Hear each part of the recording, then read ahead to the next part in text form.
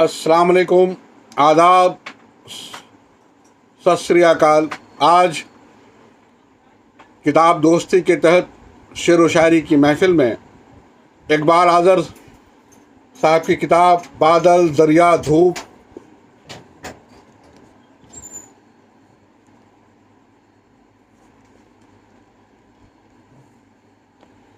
से इकबाल आज़र साहब की कुछ गज़लें मैं पढ़ूँगा और आप सुनेंगे। बादल दरिया धूप दुख भी देते सुख भी देते, जब जब बदलें रूप एक दूजे के संगी साथी। बादल दरिया धूप, इकबाल आज़र।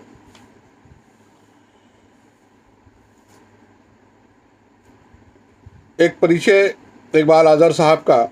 नाम मोहम्मद इकबाल तखल्लुस आज़र, स्वर्गीय वालदैन स्वर्गीय हसमत बेगम और स्वर्गीय नन्हे खां साहब। जन्म तिथि 5 अक्टूबर 1960। जन्म स्थान कोट द्वार, जनपद पौड़ी, गढ़वाल, उत्तराखंड। तालीम M.Com B.Ed, गढ़वाल विश्वविद्यालय, उत्तराखंड। लहू लहू मंजर गज़ल संग्रह, नज़र में आ गज़ल संग्रह और इसके अलावा बेतरह हिंदी उर्दू के रसायल में इनके कलाम मुसलसल और अक्सर शाये होते रहते हैं। बादल दरिया धूप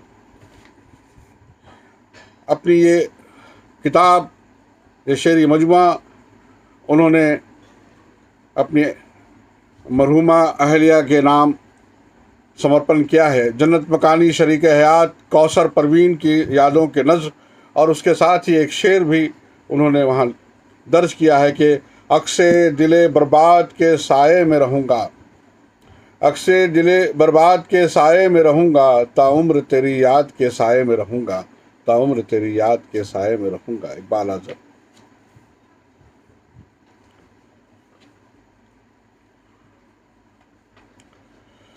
मेरी बात के तहत उन्होंने जो अपनी चंद बातें कही हैं वो मैं पढ़ता हूँ। देवनागरी में मेरा तीसरा गज़ल संग्रह मजमुआ आपके हाथों में है।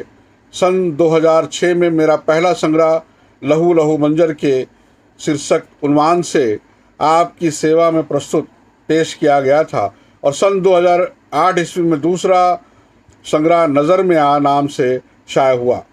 इन दोनों किताबों पर आप सबकी बेशकीमती राय भी मुझे मिली, जिसने मेरा बहुत हौसला बढ़ाने का काम किया।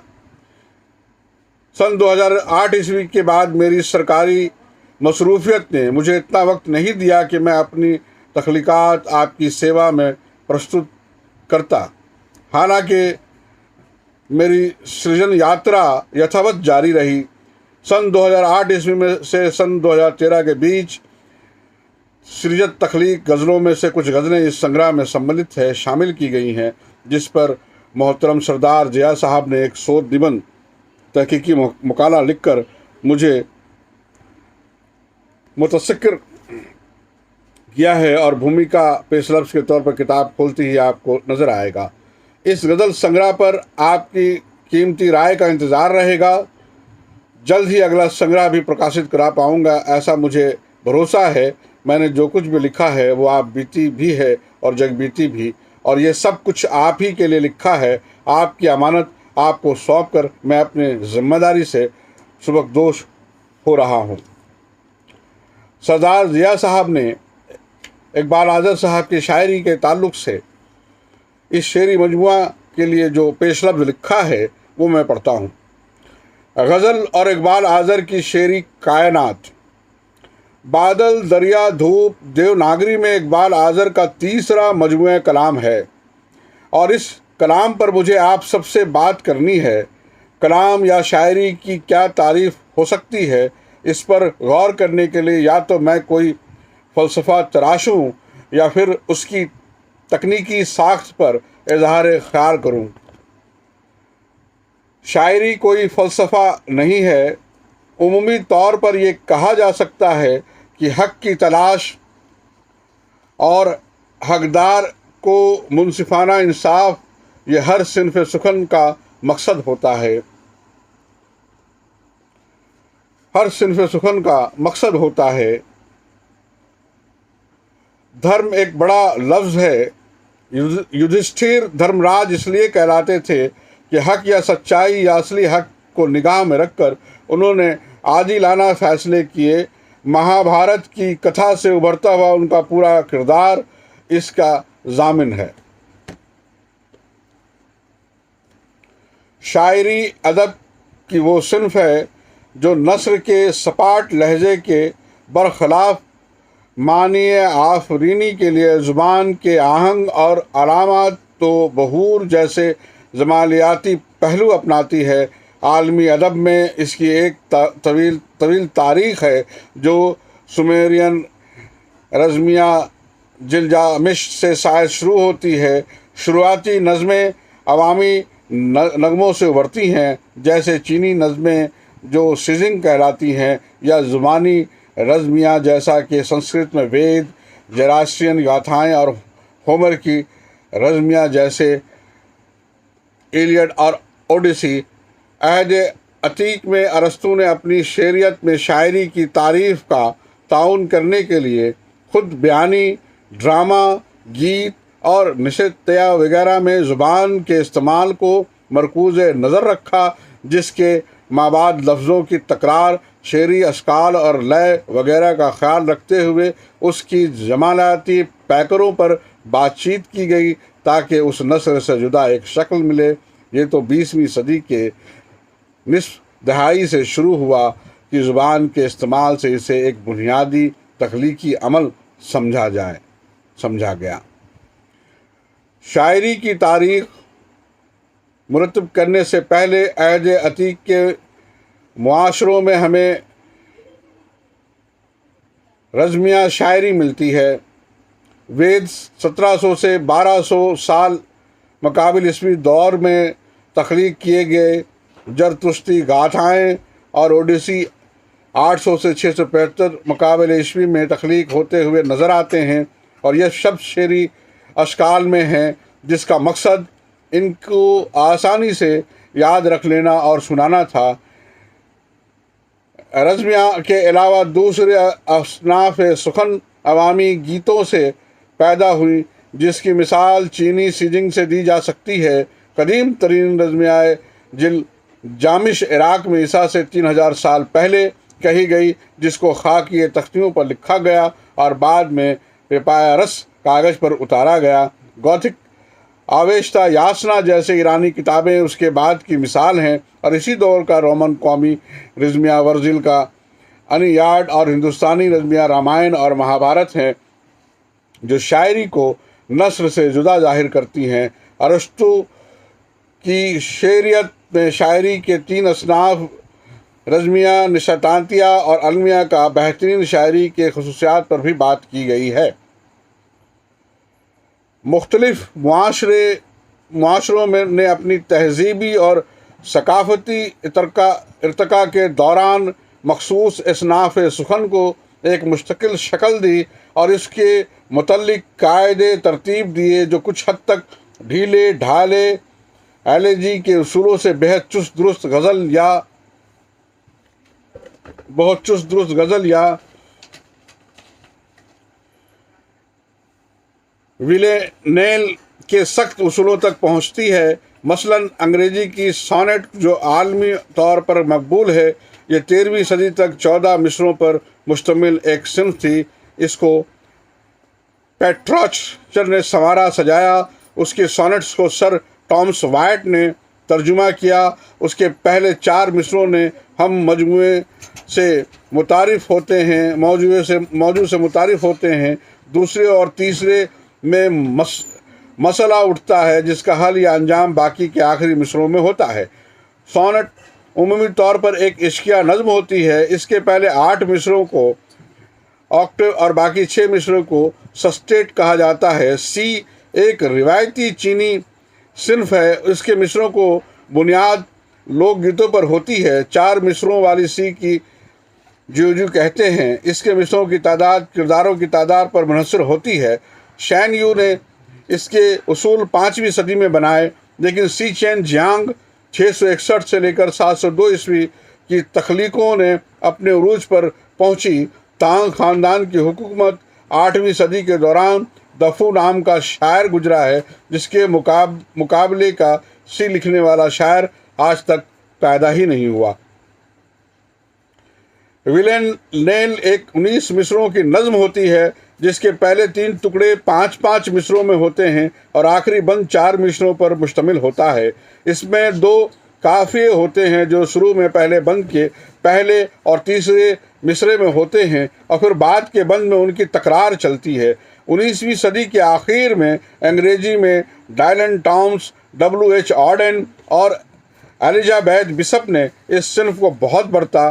जापान में जिस सिन्फ को सबसे ज़्यादा तरक्की दी गई और जो आज भी बहुत मकबूल है, उसे तनका कहते हैं। इस नज़्म का बंदोबस्त ऊपर के 5 फ़िक्रों से होता है और इख्तितामिया 7 फ़िक्रों पर होता है।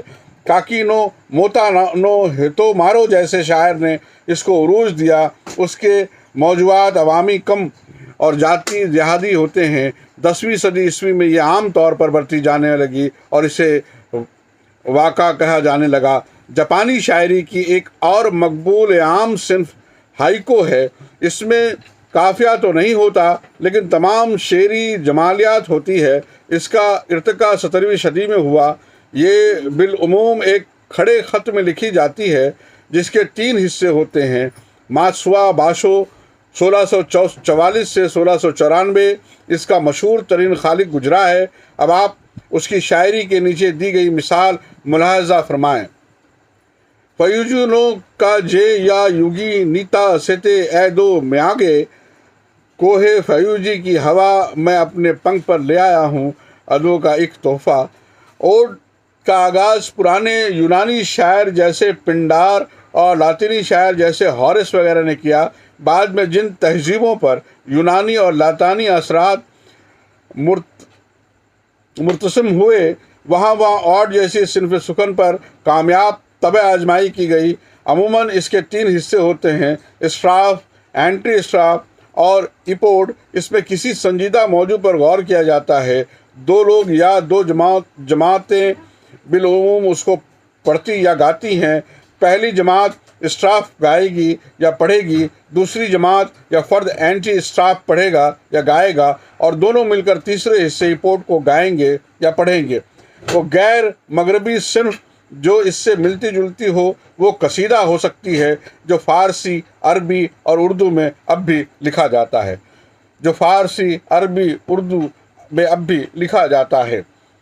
गज़ल शायरी की एक ऐसी सिन्फ है जो अरबी, फ़ारसी, तुर्की, अजरबयानी, जर्मन, तेलुगु, बंगाली, उर्दू, अरब, अंग्रेज़ी और हिंदी में भी आम है। बिलउलूम इसमें 5 से 15 तक शेर होते हैं। हर शेर या बैत में दूसरे मिसरे में काफ़िया और रदीफ़ होते हैं। हर शेर का मौजू दूसरे से जुदा होता है। इसका उमूमी मौजू इश्क है, ख्वाह वो दुनियावी हो या हकीकी।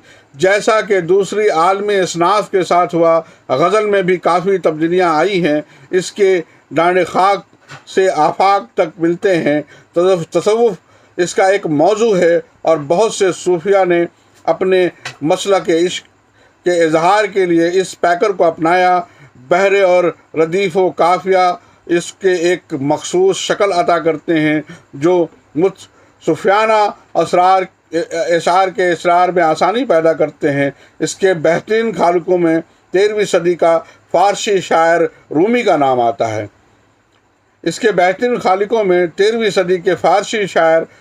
नाम आता है। उसके बाद हाफिज़ आते हैं।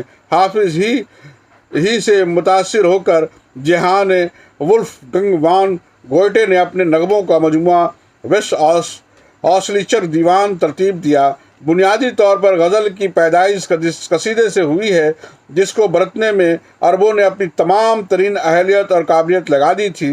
अरब खुद को अरब यानी बोलने वाला और बाकी दुनिया को अजम यानी गूंगा कहते थे।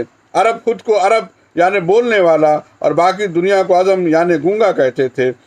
कसीदा लिखने के वो माहिर थे और जो शख्सियत उन्हें पसंद आ जाए उसकी तारीफ़ में ज़मीन व आसमान एक कर देते थे।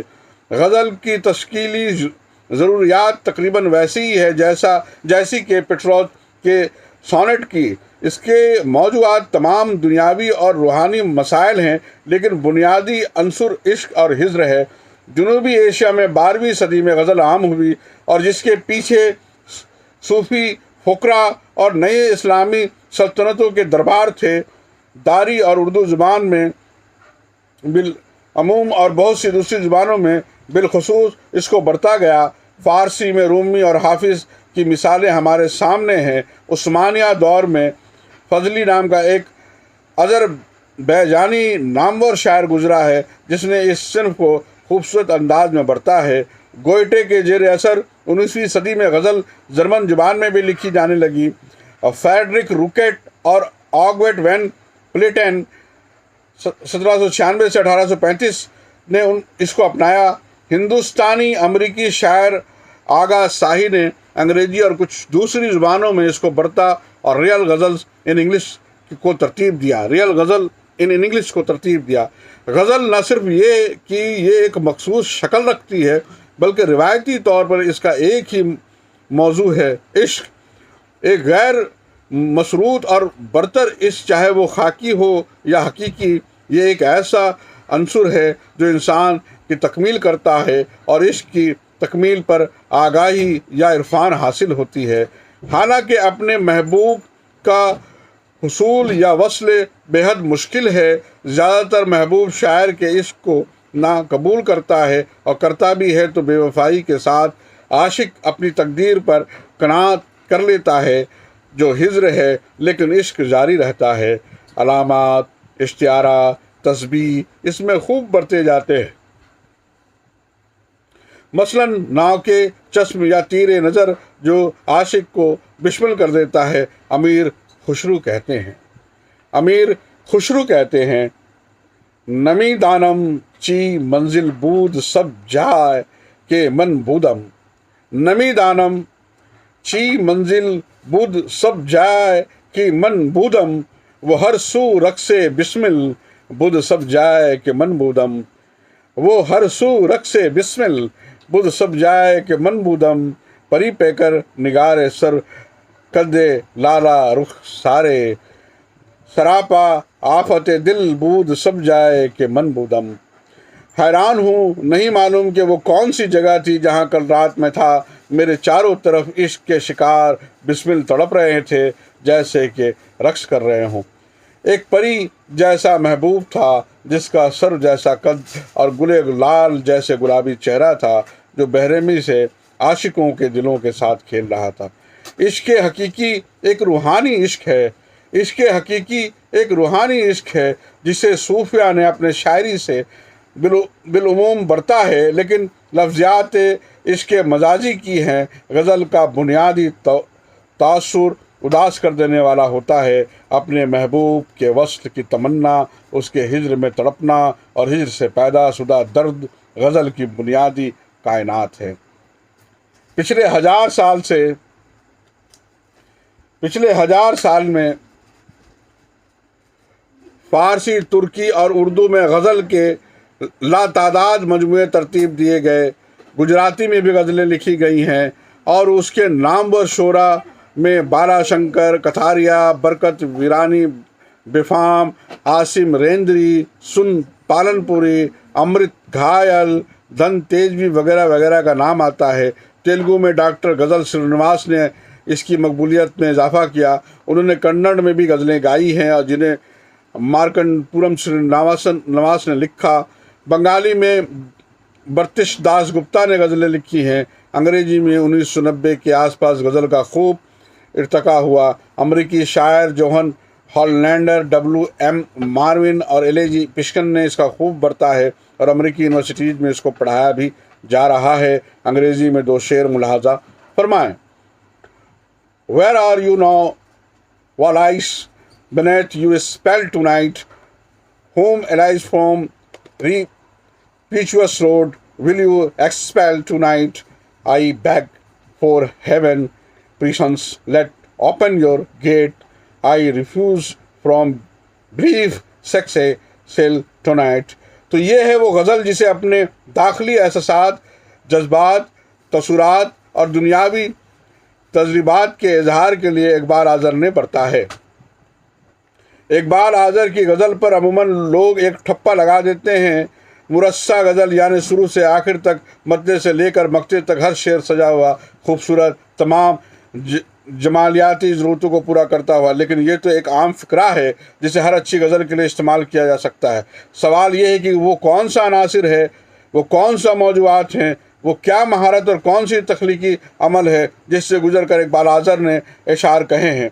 इकबाल आज़र की शेरी कायनात तमाम तर हिस्से बसरी, समाती और समाई तजर्बात पर मुश्तमिल है। ज़िंदगी के तकरीबन सभी काबिल ज़िक्र मराहिल, उसूल, आगही, नाफहमी, नादानी, हिज्र, विसाल, कर्ब, गिरिया, हालात का असीर रहना, हौसला शिकन फ़िज़ा और उसमें ज़िंदगी करने की जुस्तजू, साबित कदमी, जज्बों की पामाली दुनिया को बेहिसी निगाहें फेर कर लोगों का गुजर जाना, अपनों का दुश्मन बन जाना, यारों का आंखें फेर लेना, सियासत की रुबह चश्मी, पस्ती किरदार, मजहबी, मसलकी और कौमी तसादुम, ये तमाम मौज़ूआत हैं जिन पर आप इकबाल आज़र को बात करते हुए देखेंगे। ये तमाम मौज़ूआत हैं जिन पर आप इकबाल आज़र को बात करते हुए देखेंगे। शायद ही कोई ऐसा गोशा हो जिस पर उनकी निगाह ना पड़ी हो। इन तमाम मौज़ूआत पर जिन पर आप इकबाल आज़र को बात करते हुए देखेंगे, शायद ही कोई ऐसा गोशा हो जिस पर उनकी निगाह ना पड़ी हो। ये तो हुई उनकी शेरी मौज़ूआत की बात। जहाँ तक ज़ुबान पर उनकी गिरफ्त का ताल्लुक़ है, हैरत होती है जब हम देखते हैं कि मुश्किल तरीन अल्फाज को वो कितनी आसानी से बरत लेते हैं। ये तो हुई उनके शेरी मौज़ूआत की बात। जहाँ तक ज़ुबान पर उनकी गिरफ्त का ताल्लुक़ है, हैरत होती है जब हम देखते हैं कि मुश्किल तरीन अल्फाज को वो कितनी आसानी से बरत लेते हैं। उनकी ज़ुबान म्यारी उर्दू है लेकिन आम फहम भी है। मुश्किल लफ्ज़ अपने माने अपने शेरी फ़िज़ा में ख़ुद ब खुद बयान करने लगते हैं। उन्होंने बारहा रास्ता तखातुब या सपाट बयानी से गुरेज करते हुए अपने हर मौजू पर इस तरह इजहार किया है कि आम मफहूम के साथ साथ वो माने कई जिहात में इस्तेमाल किए जा सकते हैं और शेर की मानी खेजी बढ़ जाती है। एक ही शेर को कई कई मौज़ूआत पर ख़याल आराई के लिए इस्तेमाल किया जा सकता है। उनका तख़य्युल कवी है और पता नहीं कैसे वो कई जिहातों में एक ही बार में सोच लेते हैं। पता नहीं कैसे वो कई जहातों में एक ही बार सोच लेते हैं। तकनीकी तौर पर इकबाल आज़र एक मशाक शायर हैं, अरूज पर उनकी गिरफ्त मजबूत है। तकनीकी तौर पर इकबाल आज़र एक मशाक शायर हैं, अरूज पर उनकी गिरफ्त मजबूत है। इस मजमूए का मुताले करते वक्त आप यकीनन मेरे इस ख्याल से हम ख्याल हो जाएंगे कि मुख्तलिफ बहरों को बरतने में उन्हें बला की महारत हासिल है। मुख्तसर या तवील दोनों बहरें उनके लिए आसान हैं। चंद लफ्ज़ों में एक बड़े ख्याल को बयान कर देना या एक सादा से ख्याल को एक तवील बहरी पैकर में फैला देने में उन्हें कमाल हासिल है। मेरी गुजारिश है कि मैंने उनके जिन जिन खूबियों का जिक्र किया है, आप उनको तलाश करने की जहमत न करें, क्योंकि शेर पढ़ते ही वो आप पर आया होने लगेंगी और आप भी उनके कमाल के मुतारिफ़ हो जाएंगे। मैंने अपने दावों के सबूत में इशार पेश नहीं किए, क्योंकि आइंदा सफ़ात में वो दावे खुद आपको अपने ऐलान करते हुए नज़र आएंगे। दुआ गो हूँ कि इकबाल आज़र की शायरी का यूं ही इर्तिका होता रहे और उनके इस मजमूए को कबूल आम की सनद मिले। दुआ गो हूँ कि इकबाल आज़र की शायरी को यूं ही इर्तिका होता रहे और उनको इस मजमूए को कबूल आम की सनद मिले। सरदार ज़िया साहब।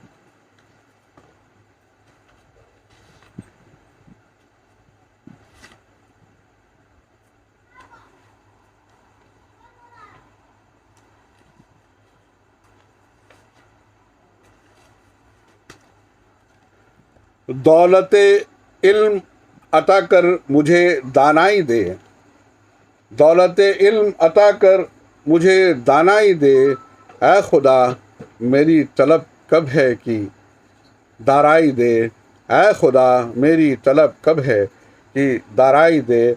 अब मैं हूँ सालिक तो मुझे गोशाए तन्हाई दे, मैं हूँ सालिक तो मुझे गोशाए तन्हाई दे, और जो वैसी हूँ तो फिर मुझको तमाशाई दे, और जो वैसी हूँ तो मुझको तमाशाई दे। कोई भी मरकज़ मंज़र नहीं ऐसा क्यों है, दी है बिनाई तो फिर हासिल बिनाई दे। क्या शेर है। कोई भी मरकज़ मंज़र नहीं ऐसा क्यों है, दी है बिनाई तो फिर हासिल बिनाई दे। और ये बता एक ही माहौल में कब तक हो गुज़र, ये बता एक ही माहौल में कब तक हो गुज़र। मेरे हालात को अब तो कोई अंगड़ाई दे, मेरे हालात को अब तो कोई अंगड़ाई दे। और हर मुकाबिल को मेरे जैसा बना दे यारब, हर मुकाबिल को मेरे जैसा बना दे यारब।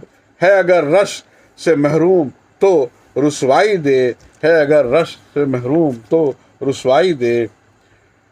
रूह बेकैफ है एक उम्र से ए रब्बे जलील, रूह बेकैफ है एक उम्र से ए रब्बे जलील। मेरी खामोश तमन्नाओं को गवाही दे, मेरी खामोश तमन्नाओं को गवाही दे। अपने किरदार को आईना बनाऊं मैं भी, अपने किरदार को आईना बनाऊं मैं भी। ऐ खुदा मुझको मेरा जज्बे आबाई दे, और हर्फ को लफ्ज़ बनाने का हुनर चाहता हूँ। शानदार मिसरा है। हर्फ को लफ्ज़ बनाने का हुनर चाहता हूँ। मुझसे कम फहम को जो के सुखन आराई दे, मुझसे कम फहम को जो के सुखन आराई दे। और कब तक आखिर नज़रअंदाज किया जाएगा, कब तक आखिर नज़रअंदाज किया जाएगा। अपने आज़र को भी एजाज़ पजीराई दे, अपने आज़र को भी एजाज़ पजीराई दे। और देखें कि तू जो दे तौफीक तो ए इल्म के दरिया लिखूं, तू जो दे तौफीक तो ए इल्म के दरिया लिखूं।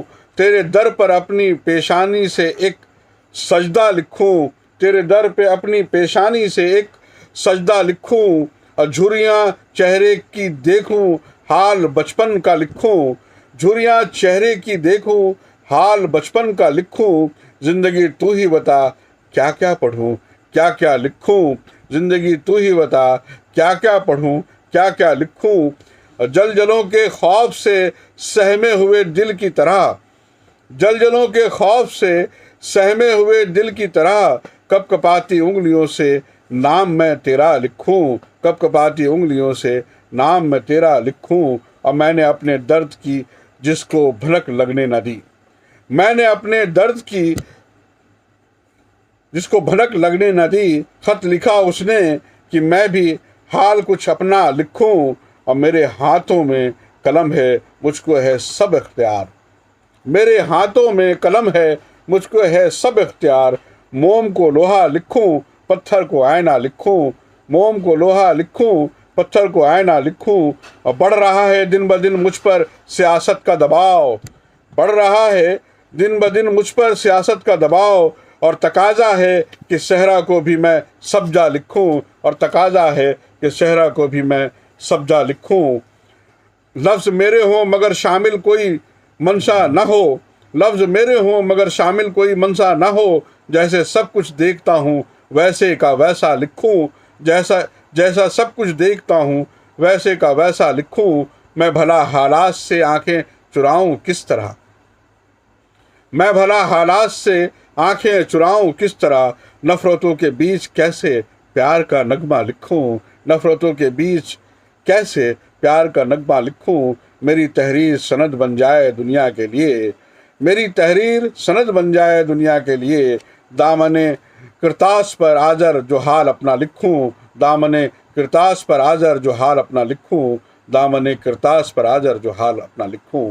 आज इस महफिल में यहीं तक बादल दरिया धूप गज़ल संग्रह से इकबाल आज़र के अपनी बात और उन पे लिखे इस मजमूए का पेशलफ्ज़ हम लोगों ने पढ़ा सुना और इस महफिल में हम से भी मुत्तफ़ीज़ हुए। आने वाली कड़ी में इकबाल बादल धूप दरिया धूप से इकबाल आज़र साहब की 10 गज़लें एक साथ पढ़ी जाएगी इंशाअल्लाह। आज की महफिल यहीं बर्खास्त होती है। मैं शायरी का मुदीर शहाब अख्तर झरिया धनबाद झारखंड से खुदा हाफिज़ शब्बा।